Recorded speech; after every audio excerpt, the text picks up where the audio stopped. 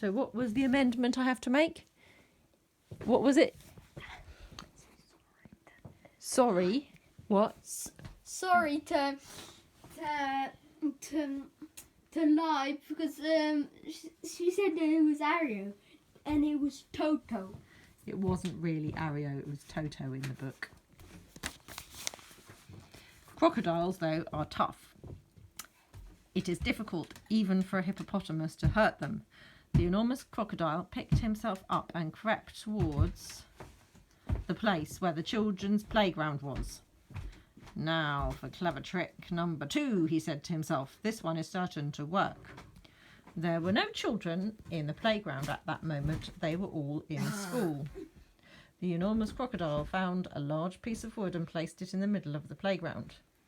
Then he lay across the piece of wood and tucked his feet in so as he looked almost exactly like a seesaw. When school was over, the children came running onto the playground. "Oh, look," they cried, "we've got a new seesaw!" And they all crowded around, shouting with excitement. "Bags, I have the first go.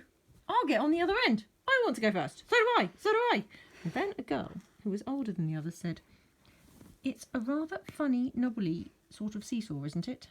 Do you think it'll be safe to sit on?" "Of course it will," the others said. "It looks as strong as anything." The enormous crocodile opened one eye just a tiny bit and watched the children, who were looking and crowding around him. Soon, he thought, one of them is going to sit on my head, and I will give a jerk and a snap, and after that it'll be yum, yum, yum. At that moment, there was a flash of brown and something jumped into the playground and hopped on top of the swings. It was Mugglewump the monkey. "Run!" said Mugglewump to the children. "All of you, run, run, run! It's not a seesaw, it's the enormous crocodile, and he wants to eat you up!" And the children screamed and ran for their lives, and Mugglewump disappeared back into the jungle, and the enormous crocodile was left in the playground. He cursed the monkey and waddled back into the bushes to hide. "I'm getting hungrier and hungrier," he said. "I shall have to eat at least 4 children now before I'm full up." And the enormous crocodile crept around the edge of the town, taking great care not to be seen. He came to a place where they were getting ready to have a fair.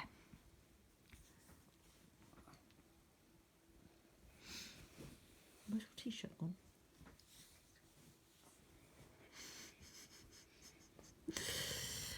So they were getting ready to have a fair, and there were slides and swings and dodgem cars and people selling popcorn and candy floss.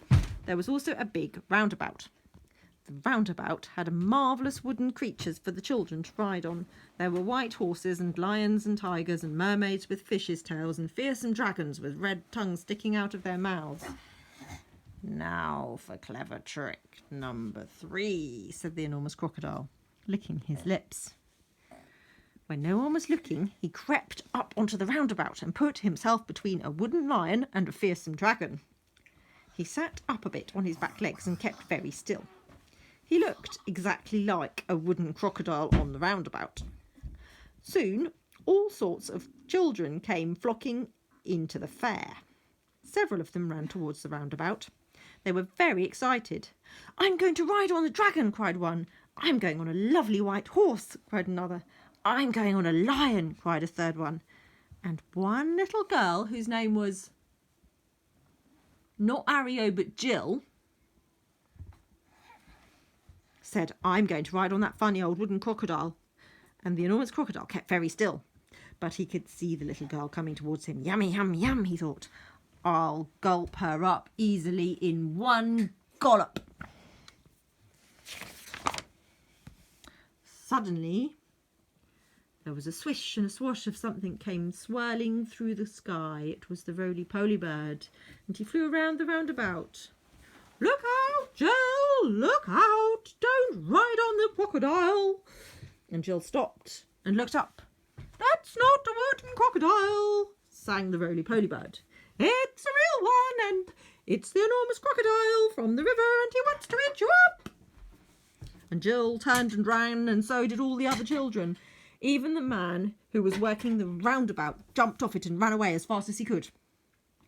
And the enormous crocodile cursed the roly-poly bird and waddled back in the bushes to hide. I'm so hungry now, he said to himself. I could eat at least 6 children before I'm full up.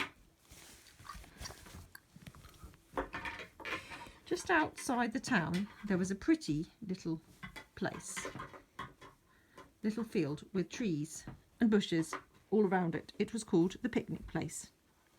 There were several wooden tables and long benches, and people were allowed to go there and have a picnic at any time.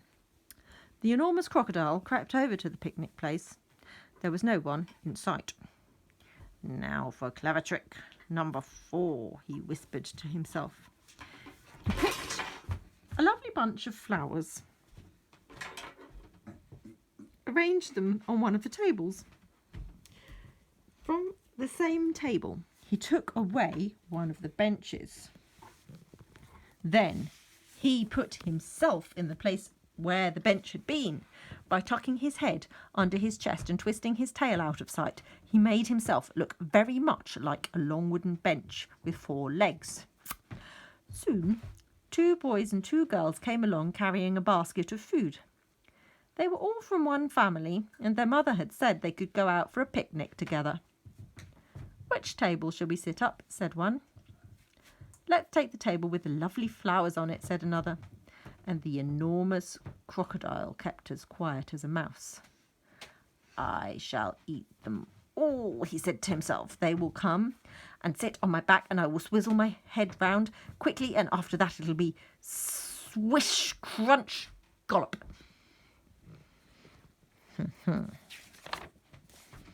Suddenly, a big deep voice from the jungle shouted, "Stand back, children, stand back!" And the children stopped and stared at the place where the voice was coming from. Then, with a crashing of branches, Trunky the elephant came rushing out of the jungle. "That's not a bench you are going to sit on," he bellowed.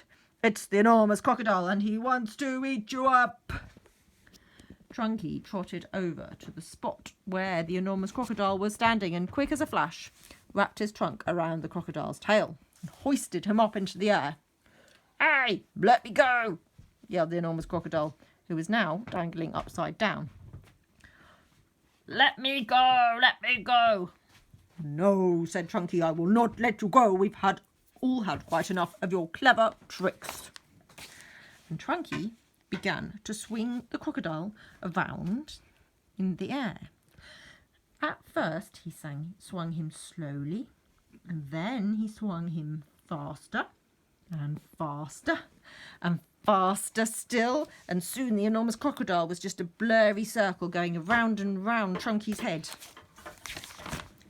And then suddenly Trunky let go of the enormous crocodile's tail, and the crocodile went shooting up high into the sky like a huge green rocket, and up he went, higher and higher, faster and faster, and he was going so fast and so high that soon the earth was just a tiny dot miles below.